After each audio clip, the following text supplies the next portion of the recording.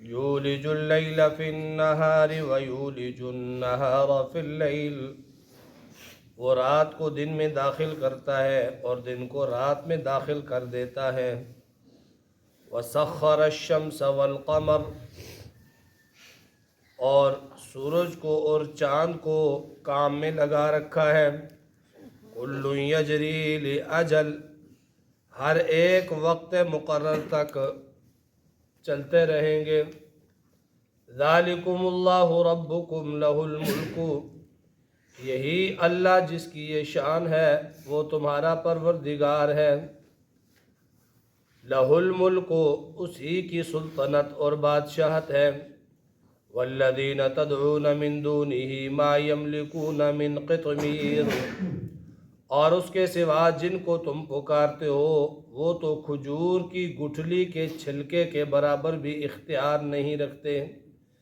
ان تدعوہم لا يسمعوا دعاءکم، اگر تم ان کو پکارو بھی تو وہ تمہاری پکار سنیں گے نہیں۔ وَلَوْ سَمِعُوا، اور اگر بالفرض وہ سن بھی لیں، مَسْتَجَابُوا لَكُمْ، تو تمہارا کہنا نہ کریں گے۔ وَيَوْمَ الْقِيَامَةِ يَكْفُرُونَ بِشِرْكِكُمْ، اور خود قیامت کے دن تمہارے شرک کا انکار کر دیں گے۔ وَلَا يُنَبِّئُكَ مِثْلُ خَبِيرٍ، اور تجھ کو خبر رکھنے والے کے برابر کوئی نہیں بتلائے گا۔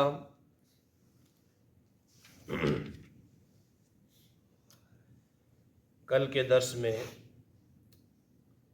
اللہ جل جلالہ کی وحدانیت پر کچھ دلائل بیان ہوئے، جس میں انسان کی تخلیق مٹی سے، پھر نطفے سے، اور پھر ماں کے پیٹ میں رہنے والے بچے کے حالات، اور پھر زندگی میں اسے کتنی زندگی ملے گی، یہ ساری اللہ کی وحدانیت کے دلائل تھے۔ آج کی ان دو آیات مبارکات میں بھی اللہ تعالیٰ نے اپنی وحدانیت کے دلائل کو بیان کیا۔ فرمایا یولج اللیل فی النہار ویولج النہار فی اللیل، وہ داخل کرتا ہے رات کو دن میں اور داخل کرتا ہے دن کو رات میں۔ رات اور دن کا تغیر اور تبدل، کبھی دن بڑے اور راتیں چھوٹی، کبھی راتیں بڑی اور دن چھوٹے، یہ صرف اور صرف اللہ کے اختیار سے ہوتا ہے، اللہ کے حکم سے ہوتا ہے۔ کوئی بھی کائنات کے اندر اللہ کے سوا ایسا موجود نہیں ہے جو دن اور رات کے اس تغیر اور تبدل کو جو اللہ نے مقرر کیا اسے تبدیل کر دے، یا اس پر وہ اختیار رکھتا ہو، یا اس کے متعلق اسے کچھ بھی علم ہو۔ یہ اللہ وحدہ لا شریک کا تصرف ہے، یہ اس کی قدرت ہے کہ وہ رات کو دن میں داخل کرتا ہے اور دن کو رات میں داخل کرتا ہے، وقت اس کے تابع ہے۔ وسخر الشمس والقمر، اور اس رب نے سورج اور چاند کو کام پر لگا دیا، مسخر کر دیا، اسی کے حکم سے یہ سورج اور چاند چلتے ہیں، آتے ہیں، جاتے ہیں۔ للشمس ينبغي لها ان تدرك القمر ولا الليل سابق بالنهار، کبھی ایسا نہیں ہوا کہ للشمس ينبغي لها ان تدرك القمر، کہ چاند کو پالے سورج دونوں اکٹھے آ جائے، اور کبھی ایسا نہیں ہوا ولا الليل سابق بالنهار، کہ دن سے پہلے رات آ جائے، ایسا کبھی نہیں۔ اس لیے کہ یہ اللہ جل جلالہ کی بنائی ہوئی تقسیم ہے، اور یہ تسخیر ہے کہ ہزاروں کروڑوں اربوں خربوں سال گزرنے کے باوجود بھی سورج، چاند اور ستارے جو مشینری اللہ نے بنائی ہے، نہ کبھی وہ خراب ہوا، نہ اسے مرمت کی ضرورت پیش آئی، اور نہ کبھی سورج نے چھٹی کی، نہ چاند لیٹ ہوا، سب کے سب ایک نظام میں اللہ نے چلائے، اسی کے حکم سے وہ چلتے ہیں۔ فرمایا یہ ذات جو دن کو رات میں داخل کرتی ہے، رات کو دن میں داخل کرتی ہے، سورج اور چاند جس نے مسخر کیے، ذالکم اللہ ربکم، یہ ذات تمہارا رب ہے، یہ تمہارا پالنہار ہے، یہ تمہارا معبود ہے، لہ الملک، اسی کی بادشاہت ہے، اسی کی سلطنت ہے، اس کے سوا کوئی بھی ایسا نہیں جو رات اور دن کے اندر تصرف رکھتا ہو، جو سورج اور چاند پر جس کا حکم چلتا ہو، کوئی نہیں، تو یہ تمہارا رب ہے۔ اور آگے اللہ تعالیٰ نے شرک کی نفی فرمائی، فرمایا والذین تدعون من دونہ، اللہ کے سوا تم جن کو پکارتے ہو، اللہ کے سوا تم جن کو بھی پکارتے ہو، والذین تدعون من دونہ، اور وہ لوگ جن کو تم پکارتے ہو اللہ کو چھوڑ کر، اللہ کے سوا، ما یملکون من قطمیر، ان کی حالت یہ ہے کہ وہ ایک کھجور کی گٹھلی کے چھلکے کے برابر بھی اختیار نہیں رکھتے۔ اب یہاں پر اللہ تعالیٰ نے بت کا ذکر نہیں کیا ہے۔ عمومی طور پر جب اس طرح کی آیت پڑھی جاتی ہے تو مشرکین کے بت ہمارے ذہن میں آتے ہیں کہ یہ بتوں کے متعلق آیت اتری ہے۔ مشرکین نے بت بنا کر رکھے ہوئے تھے اور وہ بتوں کو معبود اور الہ سمجھتے تھے، تو یہ آیت بتوں کے خلاف ہے۔ تو بت کا لفظ اللہ نے یہاں پر ذکر ہی نہیں کیا۔ صنم کا وثن، عربی میں کہتے ہیں وثن، صنم، یہ بت کو کہتے ہیں، تو اس کا کوئی لفظ یہاں اللہ نے استعمال نہیں فرمایا، بلکہ اللہ تعالیٰ نے عمومی لفظ استعمال فرمایا والذین تدعون من دونہ، اللہ کو چھوڑ کر تم جن کو پکارتے ہو۔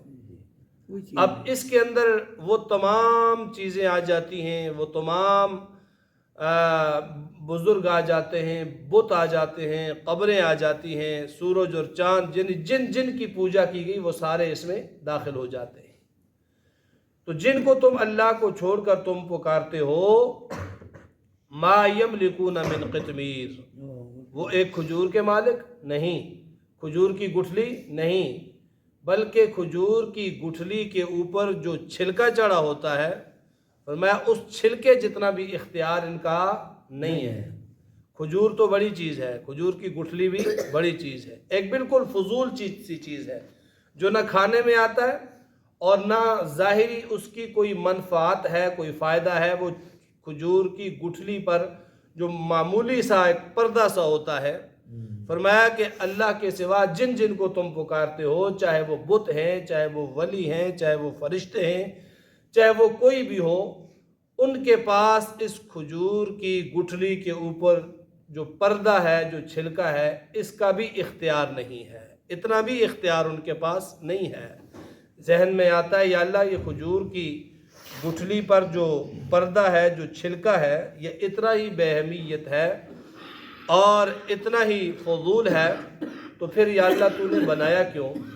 تو اللہ فرماتے ہیں یہ اس لیے بنایا تاکہ کھجور کی گٹھلی کی جو کھٹاس ہے وہ کھجور کی مٹھاس کے اندر داخل نہ ہو جائے۔ تو فرمایا کہ یہ جو اللہ کے سوا جن کو تم پکارتے ہو، ما یملکون من قطمیر، وہ کھجور کی گٹھلی کے چھلکے کے برابر بھی اختیار نہیں رکھتے۔ اگر جو ہے وہ چھلکوں کا ایک پورا ٹرک بھر دیا جائے، انہیں جمع کیا جائے، تو 1 روپے کے بھی نہیں بکتے، اتنی فضول سی، اتنی کمزور سی چیز ہے۔ تو اللہ نے یہاں غیر اللہ کی عبودیت کی نفی کرتے ہوئے فرمایا کہ ایک کھجور کا جو چھلکا ہے، جو بالکل کمزور چیز ہے، اس جتنا اختیار بھی ان لوگوں کے پاس نہیں۔ آگے مزید اللہ نے اس کو کھولا۔ اصل میں ہم قرآن پڑھتے نہیں ہیں، اگر پڑھتے ہیں تو رسماً پڑھ لیتے ہیں۔ قرآن نے تو ہر چیز کھول کر بیان کی ہے۔ فرمایا کہ ان تدعوہم لا يسمعوا دعاءکم، اگر تم ان کو پکارو اللہ کے سوا، وہ کوئی بھی ہے، وہ بت ہے، بت جو تھے نا وہ صرف بت نہیں تھے کہ وہ پتھر کے یا لکڑی کے بنا کے رکھ دیے، وہ بت ان کے بزرگوں کے ناموں پر تھے، جو ان کے جو بزرگ تھے، لات، منات، عزا، ود، یغوث، یعوق، قرآن میں ان کا ذکر ہے، یہ اپنے زمانے کے چوٹی کے بزرگ تھے۔ یہ بہت بڑے اللہ والے تھے، بڑے بزرگ تھے. وہ جب فوت ہو گئے تو لوگوں نے ان کی عقیدت کی وجہ سے ان کے بت بنا کر رکھ دی.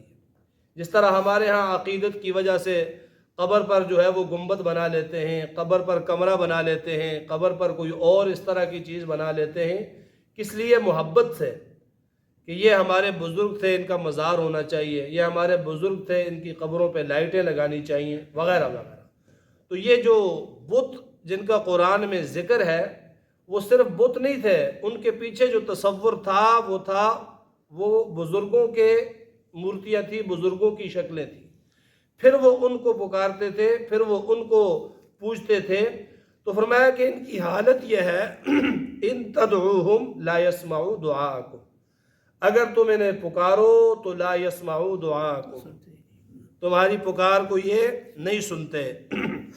یہ قرآن کہہ رہا ہے ان تدعوہم، اگر پکارو تم ان کو، لا يسمعوا، نہیں سنتے، دعاءکم، تمہاری پکار کو. دعا کا معنی پکار ہے، تمہاری پکار کو نہیں سنتے. اور فرمایا کہ وَلَوْ سَمِعُوا، بالفرض و محال، سن تو سکتے نہیں ہیں، بالفرض و محال تمہاری بات اگر مان لیں، اگر وہ سن بھی لیں تو مَسْتَجَابُوا لَكُمْ، مَسْتَجَابُوا لَكُمْ، تمہاری پکار کا جواب نہیں دے سکتے، انہیں کوئی اختیار نہیں ہے. اور دوسرے مقام پہ اللہ فرماتے ہیں اِلَىٰ يَوْمِ يُبْعَثُونَ، قیامت کی صبح تک تم پکارتے رہو ان کو تو تمہاری پکار کا جواب نہیں دیں گے. فرمایا کہ وَيَوْمَ الْقِيَامَةِ يَكْفُرُونَ بِشِرْكِكُمْ، جن بتوں کے سامنے، جن مزاروں پہ جا کر، جن بزرگوں کی قبروں پہ جا کر تم یہ ساری شرکیں کرتے ہو، قیامت کے دن کیا ہوگا؟ یکفرون بشرککم، وہ اٹھیں گے تو تمہارے شرک کا انکار کر دیں گے. کہیں گے یا اللہ ہم نے انہیں اس رستے پہ نہیں لگایا تھا، ہم نے انہیں یہ نہیں کہا تھا ہم سے مانگو، ہمیں سجدے کرو، ہمیں مختار سمجھو. ہم تو ان کو دعوت توحید دیتے دیتے تیری طرف بلاتے بلاتے دنیا سے آگے، جب آگے تو پیچھے سے انہوں نے یہ سب شروع کر دیا، ہم اس سے بری ہیں.